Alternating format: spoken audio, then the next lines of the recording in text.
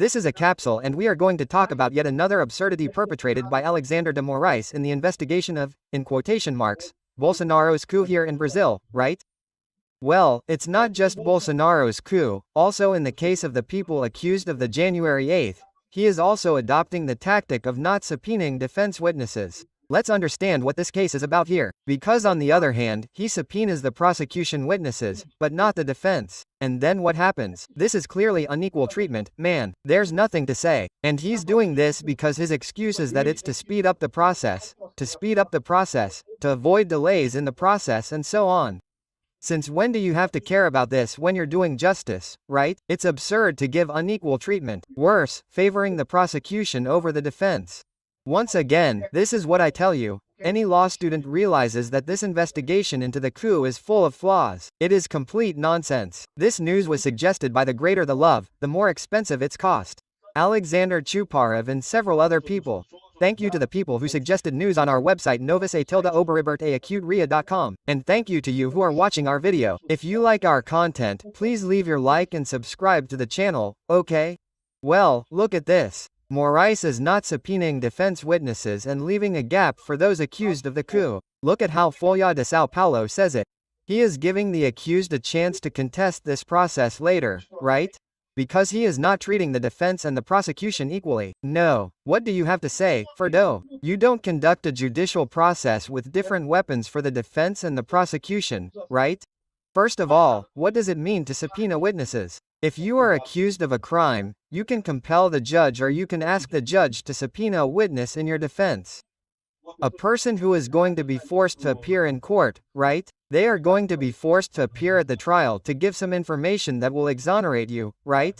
You can't control what the person says, obviously, but they can say that they know you were in a certain place at a certain time, that they know you did a certain thing, that in short, they can say something in your favor, right? And what many people don't realize is that there are many witnesses who, even though they are called to the defense, have no connection to the person being defended. For example, you can subpoena the guy who is the attendant at the bus company's ticket booth to prove that the witness only arrived there after 8 p.m. and, therefore, did not participate in anything. This is a typical case of a witness who is not connected to the accused, is not a friend of the accused, is not a person with whom the accused has any connection, but is someone who can exonerate the accused. And according to Brazilian law, if you are subpoenaed as a witness, you are required to go, okay? You can't not go. You are required to do so and you are required to tell the truth. If you lie in your testimony, you may be charged later, as you are committing the crime of perjury.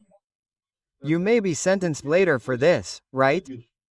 So, it is important to be subpoenaed for this reason, because when the judge subpoenas, the person is obliged. So, look, if I'm accused of a crime, I can call a friend of mine and say, look, he wasn't there with me. He was eating a snack at the bus station. He wasn't in that business. No, he wasn't in that fight between the three powers. No, he was eating a snack at the bus station with me. My friend is my friend, he's my friend by definition, he'll want to help me. So, and what Alexander Moraes said was this here, look, that the defense must bring the witnesses on its own, there's no subpoena for witnesses.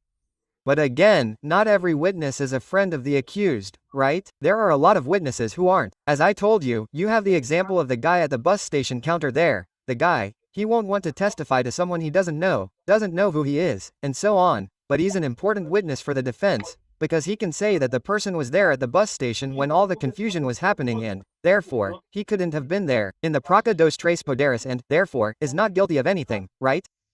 So, look, Minister Alexander de Moraes of the STF adopted as a procedure for the January 8th cases the subpoena of only the prosecution witnesses. That's the problem. The prosecution witnesses, they are subpoenaed, they are forced to go, they have to go there and they have to speak. The defense's little ones, the defense that finds its own way of calling people, will not subpoena anyone. Here, look, and forcing the defense to take the witnesses to court hearings. This is the definition of unequal treatment of prosecution and defense. This once again shows how this whole process is an absurdly flawed process. It is a process completely outside of due process, outside of the equity that is expected in something like this, right? There, look, 5 lawyers told Folha that the lack of subpoena of witnesses could make it impossible to give statements considered crucial for the accused. Because again, if the witness is your friend, he or she will want to help you, but most of them are not. In fact, a good witness is precisely the witness who is not your friend. Because if the witness is your friend, the prosecution can say something like, "Oh, no, he said that, but it's because he's a friend of the witness. He said that because he's a friend, and it's weaker." Whereas if you call a guy who has nothing to do with the story, it's stronger evidence. But what happens? That person doesn't want to get involved. Who at this point in Brazil wants to go to the Supreme Court and give a statement saying no, that the person is innocent, that Deborah is innocent, that nothing happened, that Alexander Moraes' view is wrong?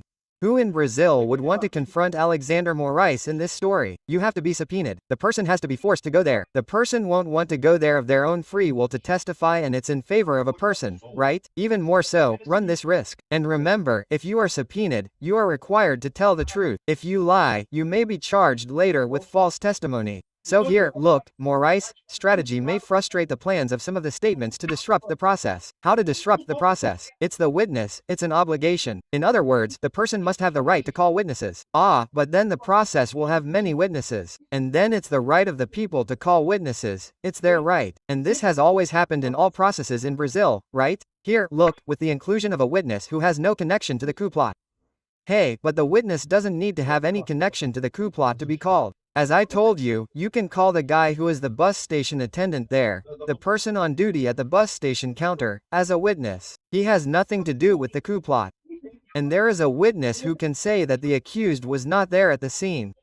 So, these excuses that the Supreme Court is giving here about not disrupting the process and so on. Due process is an expensive business. It takes longer than the summary process. That's why people don't like very fast processes, because it looks like an inquisitorial process. That's exactly what's happening here. Look, 3 Supreme Court justices, when heard, confirmed that the procedure adopted by Moraes, even though it is no longer conventional, is an antidote. No, damn it, it is not the most conventional. It is not what is provided for in the Constitution, what is provided for in the laws. It doesn't matter if it is the most conventional or the least conventional. Alexander Moraes is throwing away due process. In this case here, look, it is a valid antidote against defenses that try to drag out the processes for long periods. And since when is that more important than doing justice? If the process takes 10 years, then let it take 10 years, but the important thing is that it reaches the final result with justice. Notice how Alexander Moraes' goal in this process is not justice, it's nothing. He wants to convict Bolsonaro, he wants to end Bolsonarism, right? According to him, he wants to, quote, save Brazil's democracy. The Public Defender's Office of the Union questioned the lack of subpoena of witnesses in a case involving a defendant for the January 8 attacks and requested a change in the procedure. There is indeed unequal treatment between the prosecution and the defense, since the requirement to present witnesses has been weighing on the defenses in general, even when they indicate public servants to be questioned. It was Zortea da Silva's defense attorney to the Supreme Court, right? Here, look, the minister denied the request. The witnesses listed must be presented by the defense in a hearing independent of subpoena. Geez, how do you do that? You can't, man. The person will not want to compromise, will not want to pick a fight with Alexander de Moraes without being subpoenaed. If Alexander Moraes subpoenas, then he is forced to go and is forced to tell the truth. Look how absurd this is. And on the other hand, the prosecution, he does this. The prosecution subpoenas anyone the prosecution wants. I don't care if they are related or not. The prosecution can do anything, the defense can do nothing. Damn, this is the definition of an unfair process, of a restriction of the defense. It is the definition of a lack of equality of arms. This is just another complete absurdity. So, in other words, they are saying here that some people are afraid that this could lead to the nullity of the process, but of course, there are countless null things. This entire process is null and void, it has no legal validity whatsoever. This is a process, it is a show trial that is honestly burying justice in Brazil, right? They even said here, no, because nullity cannot be considered. There is a legal provision for the party to subpoena the witness without the need for a court summons. Yes, if the party wants to call a witness without a court summons, they can do so, but they can also request the subpoena for a witness who is not a friend, who is not close to the person being defended, right? Here, look, well, the first panel of the STF has already unanimously declared that this possibility is valid in criminal proceedings. Right here, look, in the fake news law process there, look, man, it's all in these absurd processes of Alexander Moraes from the first panel there of the STF, right? They are creating a monster in the Brazilian justice system. They are destroying the Brazilian justice system. Do you know why? Because this can later be used by first instance judges to justify decisions that are just as absurd. It can be judged, it can be used by courts to justify it in the same way. They are creating an absurd, totally dystopian totalitarian state in Brazil, because they want to burn Bolsonaro at all costs and, worse, they are not succeeding, because the world is seeing that this business is absurd. They are seeing the basic mistakes that Alexander Moraes is making in this process. This is completely absurd. Thank you for watching the video until the end. In addition to liking, sharing and subscribing to the channel, consider becoming a sponsor with values starting at $1.99. Click on the Become a Member button below to learn about the conditions and advantages of sponsoring the channel. For more information about our project, visit our websites indicated on the screen. Yeah.